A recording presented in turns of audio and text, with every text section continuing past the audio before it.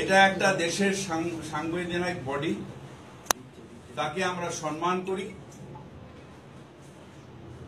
কিন্তু ঠিক যে গুজরাট যেখানে দাঙ্গা হয়, যেখানে 2000 লোক মারা গেছে দাঙ্গায়, সেই জায়গায় 1 দফা, অন্য অন্য জায়গায় 2 দফা 3 দফা। আমাদের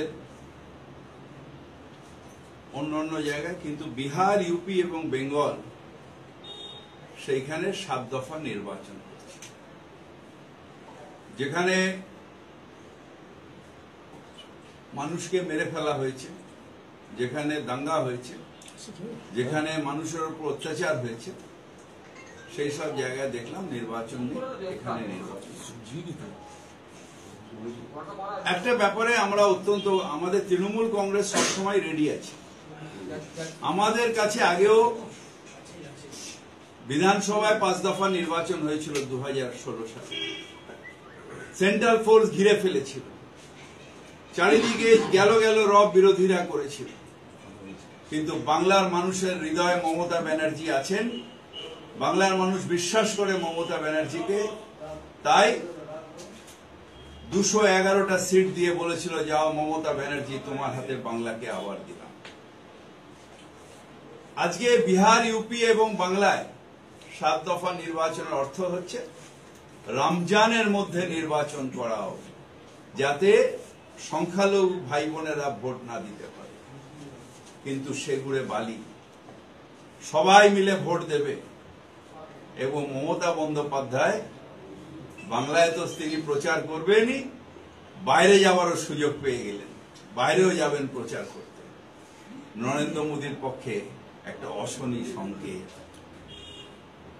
এখানে বিজেপির এক বন্ধুকে দেখলাম খুব লাফাচ্ছে, 7 দফা নির্বাচন, পশ্চিমবঙ্গে আইন শৃঙ্খলা। না, তোমাদের ভুয়ো পুলিশ রিপোর্ট দেওয়া হয়েছে।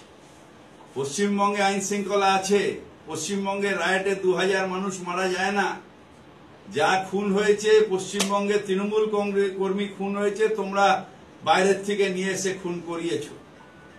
তাই পশ্চিমবঙ্গের আইন শৃঙ্খলা তোমরা নয়, পশ্চিমবঙ্গের আইন শৃঙ্খলা যতটুকু নষ্ট হয়েছে বিজেপির জন্য নষ্ট হয়েছে, সিপিএম এর জন্য নষ্ট হয়েছে। খুব ভরসা সেন্ট্রাল ফোর্সের উপরে।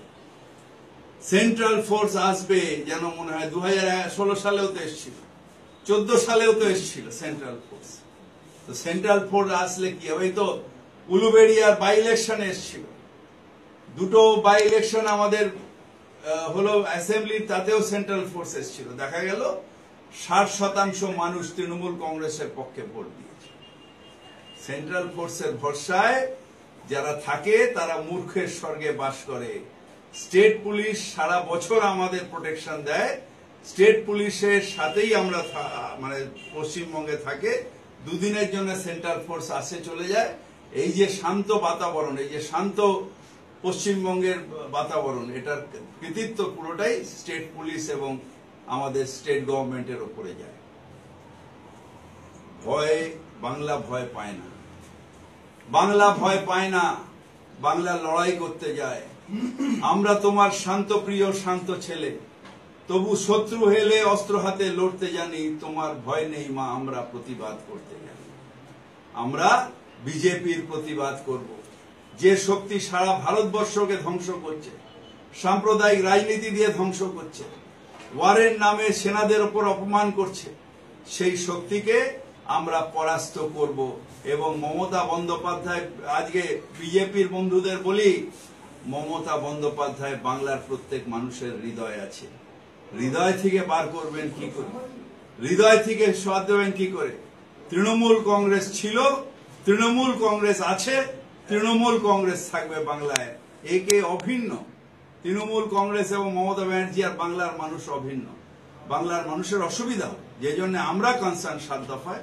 বাংলার মানুষের অসুবিধা হবে, বিহারের মানুষের অসুবিধা হবে, ইউপির মানুষের অসুবিধা হবে। সংখ্যালঘু মানুষদের রোজা রেখে ভোটের প্রচার, ভোটে যেতে হবে, এটাতে নিশ্চিতভাবে অসুবিধা হবে।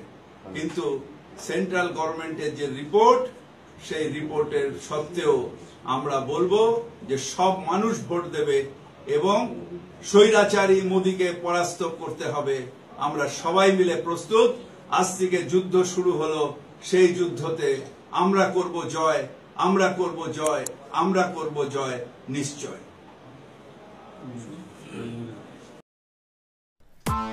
Press the bell icon on the YouTube app